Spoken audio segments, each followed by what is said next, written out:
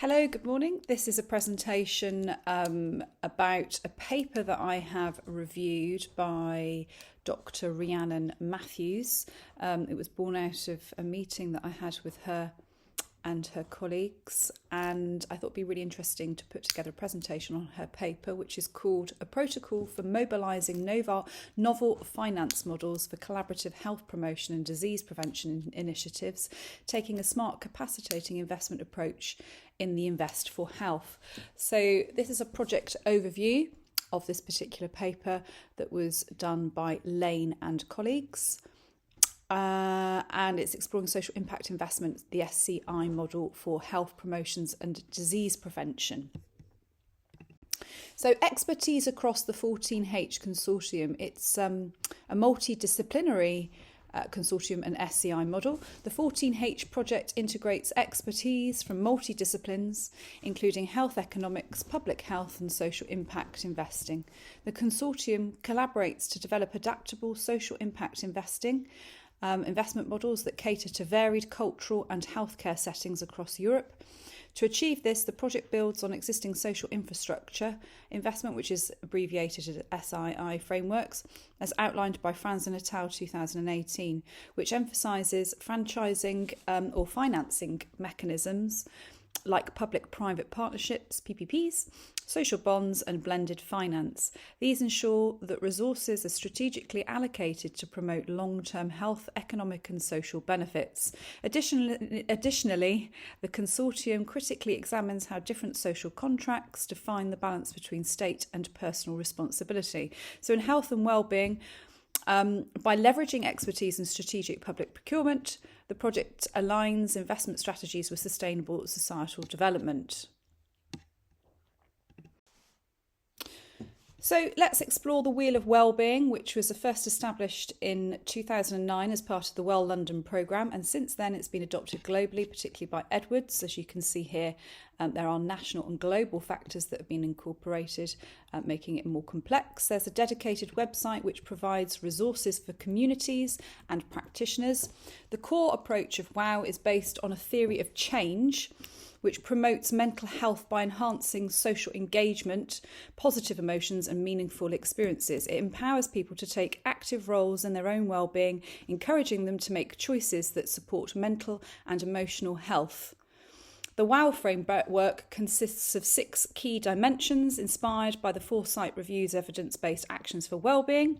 This particular wheel represents a comprehensive model for understanding the factors that influence an individual's and community's wellbeing across multiple levels.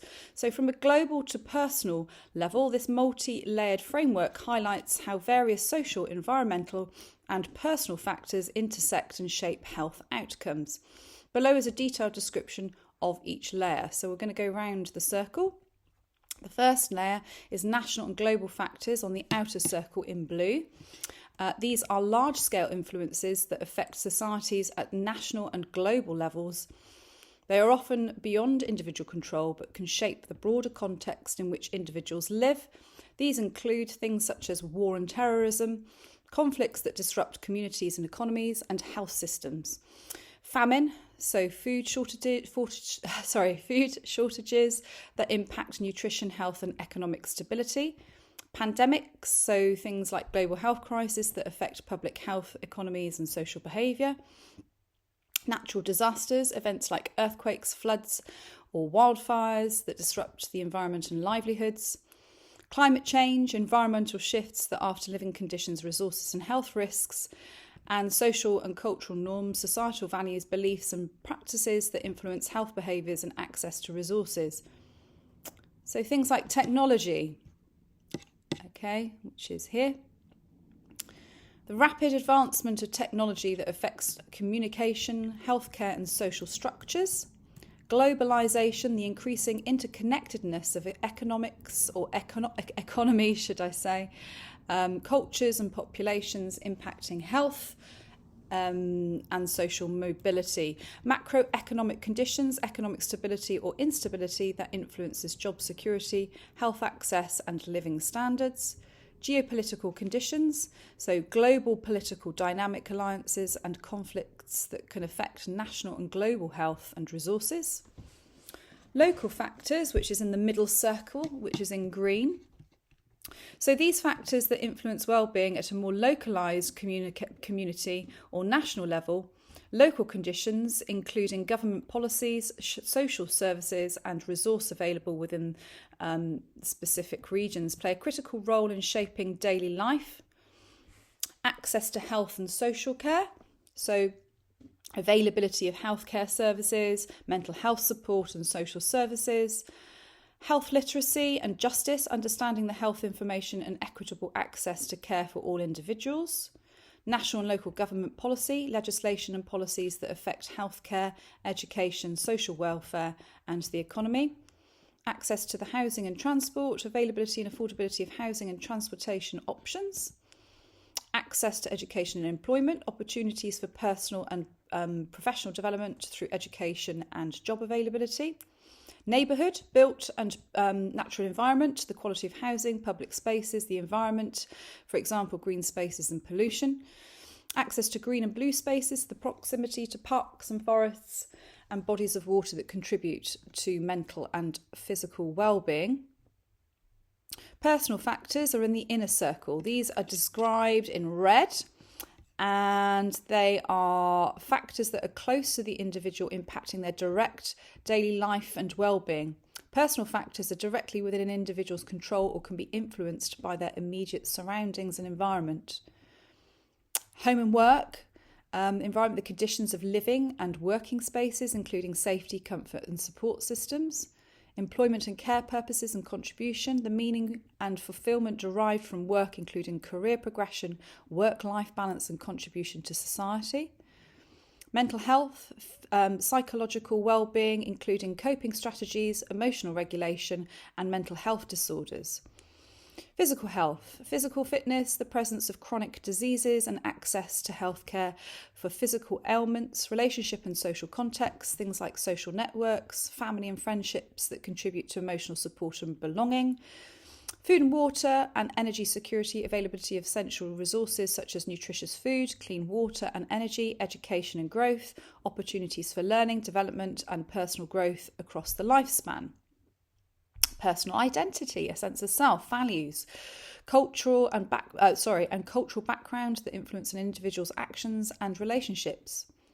Financial security, economic stability, including income, savings, and access to financial resources for needs and emergencies. Life course stages, which is the innermost circle in orange here. So obviously, we start off with the preconception and birth, which is the early years, beginning from the conception, including prenatal care and birth. The early years, which is the childhood development, and this includes education, play, physical, mental health during formative years. Adolescence, the transition from childhood to adulthood, including education, social development and identity formation. And working, parenting and caring, adulthood including work, family responsibilities, caregiving and managing relationships and responsibilities. Through into old age, later years in life, including retirement, health challenges and adjustments to age, and then obviously the final stage, which would be unfortunately death, but it comes to us all, doesn't it? So in conclusion, the model represents a holistic view of factors that shape an individual and community's health and well-being. It emphasises the connectedness of global and national local conditions with personal and life factors, illustrating how external circumstances can influence individual experiences and vice versa. This model serves as a useful tool for health promotion, policy making and community development, offering a framework to address the multifaceted nature of well-being across different stages of life and societal contexts. So here we have what looks like a jigsaw puzzle, and there are 7 parts to the jigsaw, which I'll go into detail in a second. The project basically employs economic frameworks that include both neoclassical theory and alternative models such as the donut economics. I don't know why I always struggle to say it, donut economics, which prioritises sustainability and well-being over traditional significant traditional economic growth. A significant aspect of this work involves ensuring transparency in resource allocation decisions and regional stakeholders making informed choices that reflect community preferences. So if I just go through the puzzle, so to speak. So we've got, on the left-hand side, we've got challenges and limitations, and it goes from 1 to 7. So, for example, number 1, shift from hospital-centric. Let's start again. Shift from hospital-centric to closer to home services and interventions. Okay, that doesn't seem like a challenge or limitation to me. It could be a challenge to, in terms of funding or resources to create that shift. Number 2, embedded patterns of demand lock funds into costly treatment and care. Number 3, health promotion and disease prevention funding lacks protective mechanisms. Okay. Number 4, narrow approaches to evaluating investment value. Number 5, stakeholders lack a shared definition of scale. Getting stakeholders to sing off the same hymn sheet can be a challenge. Number 6, conditional and moralised forms of active citizenship. And number 7, impact of austerity decade and the pandemic on public investment. So the backlash from, for example, COVID. On the Invest for Health Smart capacitating investment model, we can see, or go round from number 1, changing the mindset of decision and policymakers about how money is spent. Number 2 is over here, on the right-hand side middle puzzle piece, service agreement for sharing risks and resources. Number 3, SCI models demonstrate sustainable ROI from health promotion and disease prevention. Number 4, collaborative platform which is able to plug into existing finance systems. Number 5, building individual societal resilience to pandemic external shocks and slow burn issues. Number 6, citizens as equals governments of SCI-driven actions. And then lastly, number 7, contributing added value to the well-being economy. So what this demonstrates is there is a healthcare shift and a transition from the traditional hospital-based care to social impact investment, which is an SCI model that focuses on health promotion and disease prevention. This shift emphasises a more proactive and sustainable approach to healthcare, reducing reliance on expensive reactive treatment. So we've gone through the challenges and limitations. The 14H project addresses several key challenges, including overcoming the limitations of existing healthcare models and ensuring that investments are directed towards long-term health outcomes. That involves tackling issues such as fragmentation of care, inadequate cross-sector collaboration, and the need for more holistic and preventative measures. The past focus for decades, healthcare systems have relied on short-term financial solutions that reinforce costly treatment-based models, resulting in unsustainable costs and insufficient use of resources. So there's a need for prevention. There is a pressing need for greater cross-sector investment in preventative measures. By focusing on prevention rather than reaction, we can address health issues earlier, reduce the burden on healthcare systems, and improve long-term outcomes for individuals and communities. So the SCI factors, to overcome the existing challenges, the 14H project focuses on 7 key factors outlined in Figure 2.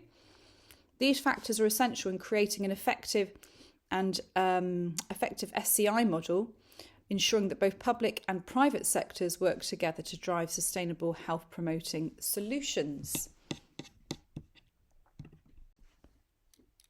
So here we have a pyramid of application of SCI in low resource settings. So it's built up of 3 levels, which is primary prevention, secondary prevention and tertiary prevention.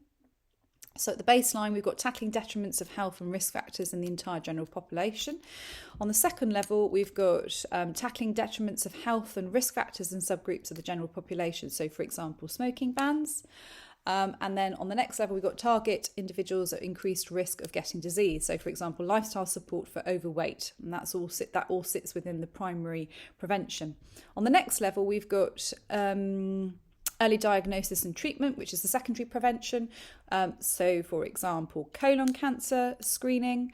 And then in the final level, we've got tertiary prevention, which is reducing the impact, rehabilitation, pharmacogenetic testing. There we go, got the word right. So this particular 14H project framework is visualised through the pyramid that illustrates the shift from traditional healthcare approaches to social impact investment, SCI models and strategies for healthcare promotion and disease prevention. So the model integrates multiple levels of intervention sectors, highlighting how a broad collaborative approach can enhance public health. So health promotion, the foundations of the model centres on empowering individuals and communities to take proactive actions in improving their own health. Health promotion focuses on addressing the root cause of ill health by co-producing solutions with people who are directly affected, with the understanding that the environments in which people live play a pivotal role in shaping health outcomes. So within the disease and prevention, the model expands upon disease prevention using the tiered pyramid approach, which we just talked about. And so, for example, the primary prevention level is preventing the onset of disease through actions such as public health education, healthy lifestyle promotion, and environmental changes, which yields the greatest benefit for population health, because obviously it's preventative. Secondary prevention, early detection and intervention to reduce the impact of disease, including screening, programs and health checks. Tertiary prevention, which is on the top level, interventions that aim to reduce the impact of existing disease, such as rehabilitation programs and chronic disease management. So an example within the level includes intersectorial interventions like support programs for older adults, which also contribute to health promotion and disease prevention. So in terms of the intersectional approach, the 14H model goes beyond healthcare by incorporating the interventions across various sectors such as fiscal policies, housing, education, transportation and planetary health. The multiple sectorial strategy emphasises the health outcomes that are influenced by a wide range of factors and solutions which should span beyond traditional healthcare settings to achieve sustainable health improvement.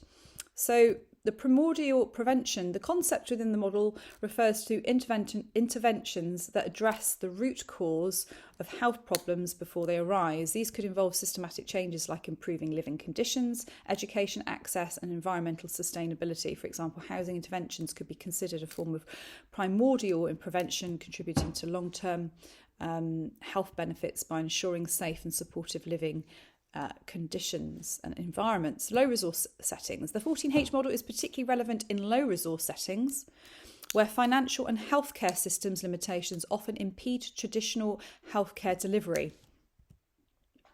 SCI models help overcome these barriers by promoting resource sharing and sustainable growth through collaborative cross-sector strategies. Additionally, the model fosters reverse technology learning, where innovative health solutions from low resource settings form healthcare strategies in more developed regions. This aligns with global healthcare initiatives such as WHO, which focuses on strengthening primary care and reduces healthcare disparities. This model promotes a shift from hospital-based care to a comprehensive integrated approach that leverages multiple sectors, levels of prevention to address public health challenges. The interconnectedness between these levels and health promotion, disease prevention, intersectional actions and low resource settings are central to achieving sustainable and impactful health improvements by considering the full spectrum of factors that influence health. This model provides a roadmap for addressing both immediate healthcare needs and long-term health goals through collaborative cross-sector investment strategies. There's a bit of repetition there, but I think repetition is important. It draws home the idea and the concept and the importance of it. So here we have a public and private partnership, PPPs, which is effectively a workflow diagram, so how they're planning on doing things. The engagement of public, private and hybrid sector collaborations is part of the process. Innovative business and financial models for sustainable health investments, so developing those. Exploration of funding sources beyond traditional investments, so looking outside the box, seeing alternatives, who else can be stakeholders, where can alternative funding come from. So this is figure 4 in the paper, which is a model illustrating public partnership dynamics. So you've got, for example, WP2 framing and communicating the SEI model, and so on and so forth. So the project does not advocate a singular service delivery model, but rather explores collaborative approaches between public, private and hybrid sectors. The strategy aims to alleviate pressure on existing health investments by fostering innovative business and financial models that support long-term health promotion and disease prevention. The social impact investment, the SEI model, is a framework that aims to integrate financial investments into social programmes, especially in areas like health promotion and disease prevention. In the context of 14H projects, the SEI focuses on leveraging financial investments to address systemic health challenges by aligning stakeholders, including local governments, businesses and public health, around health initiatives. These initiatives go beyond traditional healthcare, and you can see here, so it goes through the different work plans and the modelling in terms of what they're looking to do. So business modelling for SEI, finance modelling for SEI, the operational readiness and capacity building, plotting SEI models and governance mechanisms, and testing and simulation, because obviously you don't want to roll out a project without testing to see if it works, scaling and exploration and innovation, and so on and so forth. So what I thought would be interesting, just to quickly show you the 6-step model of SEI, which is a conceptual framework development in step 1, which develops a framework based on a scoping review and realist synthesis to identify effective SEI strategies. As part of step 2, business and finance model exploration, which is study and compare existing business models for health promotion and disease prevention, integrating SEI. Number 3, investment model development, create investment models to incentivise actors to invest in health promotion and disease prevention. Evaluation framework, develop a cross-sectorial evaluation framework using multi-criteria decisions analysis, MCDA, to access SEI effectiveness. Capacity building, access regional readiness, support local actors and build structures for implementing the SEI models. And then finally, piloting and governance, plot and pilot and simulate the SEI models, and the mechanisms in regional test beds to refine the approaches to make sure they're watertight and bulletproof, so to speak. So just to integrate that with the work packages that we talked about on the previous slide, abbreviated as WP2s and so on and so forth. So WP2, I can't go back on the slide, but if you remember the flowgram, and you can probably flick back on the YouTube, WP2 focuses on developing a conceptual framework for SEI, which will be informed by scientific and grey literature, as well as realist synthesis. So this particular framework will use logic model approach to identify effective strategies based on what works for whom and in what settings. So it's bespoke, so to speak, which is the best way to do things. The aim is to create a typology of SEIs linked to the levels of prevention pyramid, which is in figure 3. And this includes the primary, secondary and tertiary prevention that we talked about already. Additionally, a self-assessment tool will be created for local regions which are called test beds to assess their readiness to apply SCI in their specific context. So SCI compatible business and finance models, WP3 will focus on exploring and comparing existing business models for health promotion and disease prevention. These models will aim to integrate the SCI conceptual framework with finance models to ensure sustainable funding, mechanisms, prevention activities, collaborative spaces and digital platforms will be central to these particular models, and these platforms will enable multi-stakeholder engagement, ensuring the citizens and communities are actively involved in co-producing and co-governing SCI interventions. By involving stakeholders directly, the models aim to address equity and diversity concerns in health interventions. Okay, and so if we're looking at the development and investment models, WP4, the SCI framework will serve as a basis for the developing incentivise the actors beyond traditional public health funders to invest in prevention programmes. By leveraging financial resources from diverse sectors, these models aim to create systems that share public sector expenditure across health, housing and other regional sectors.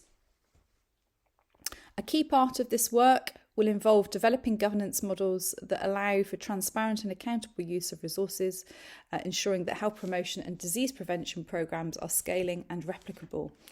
And the evaluation framework.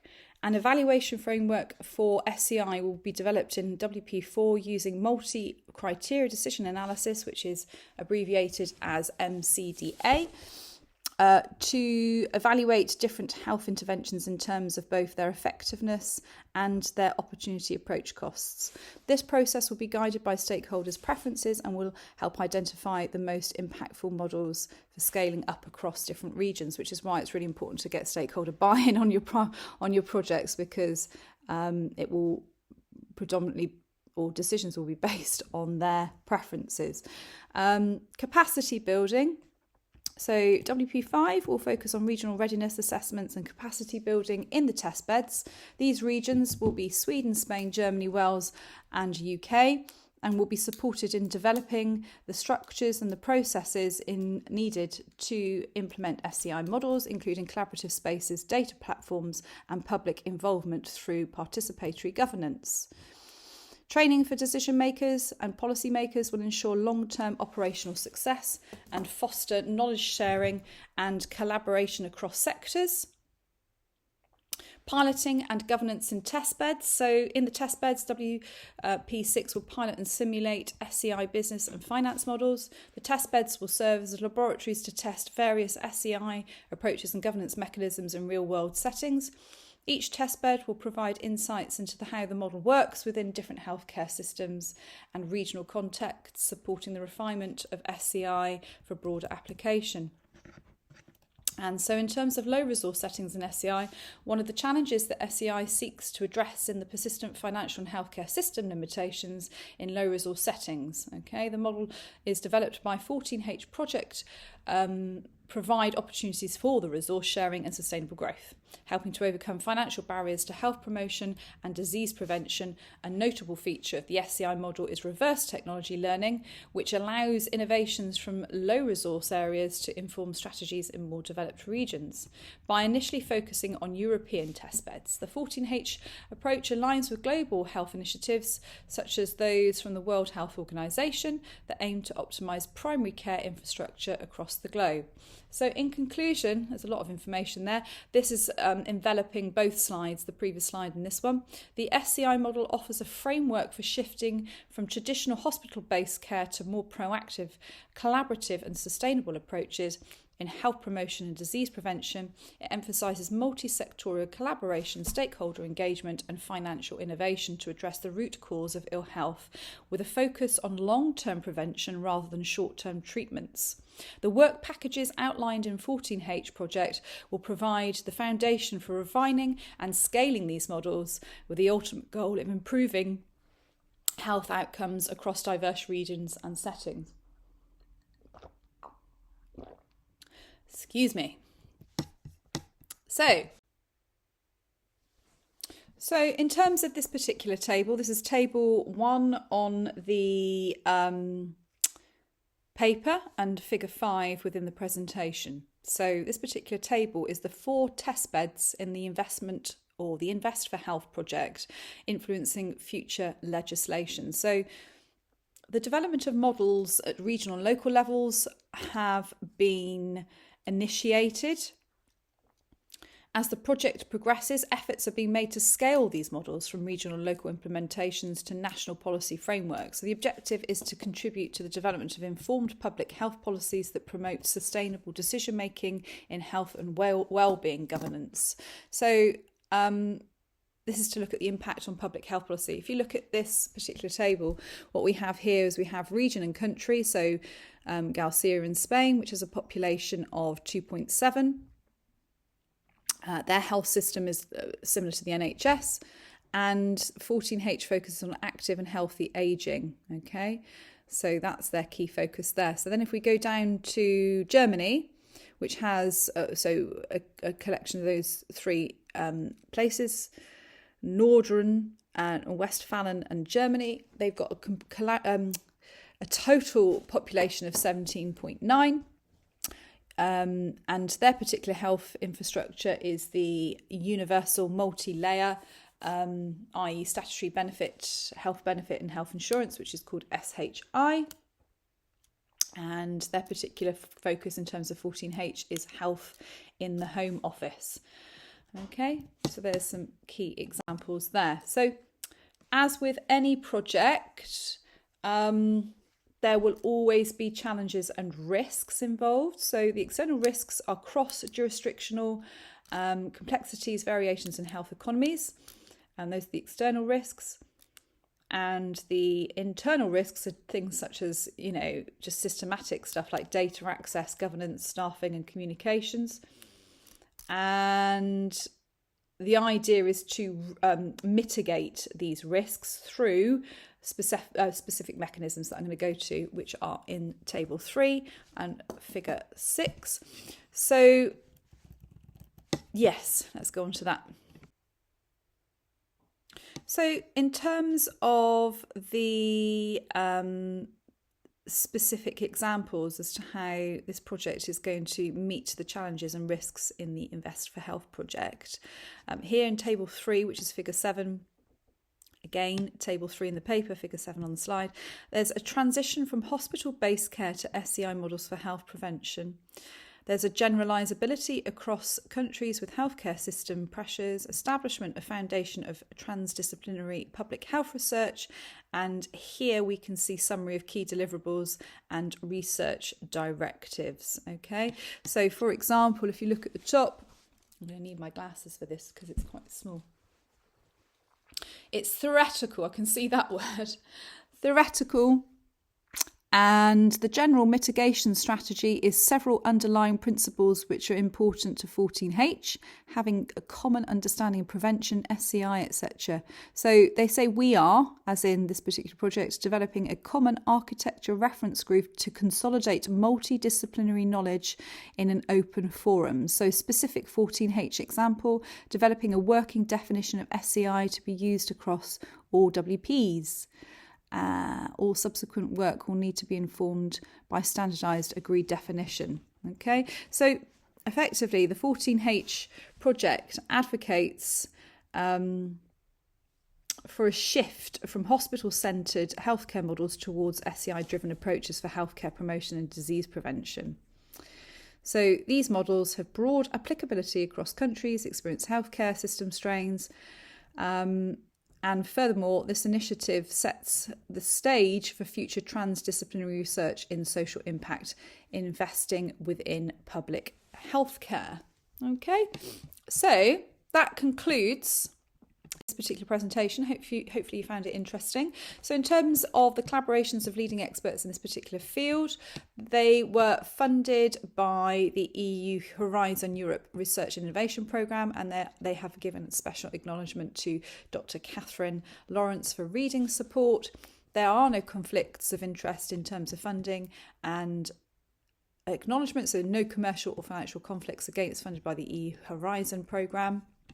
And if you want to see further about or read the paper or read the associated papers and links, you can find the references here in this link. And that's the title of the paper. Hope you enjoyed that. Another little notch to my portfolio in terms of what I can do. In terms of the SCI modelling, just to put it, that is the model, but it's a huge finance, like a account sheet, basically. Yes, very interesting. Have a great day. Peace.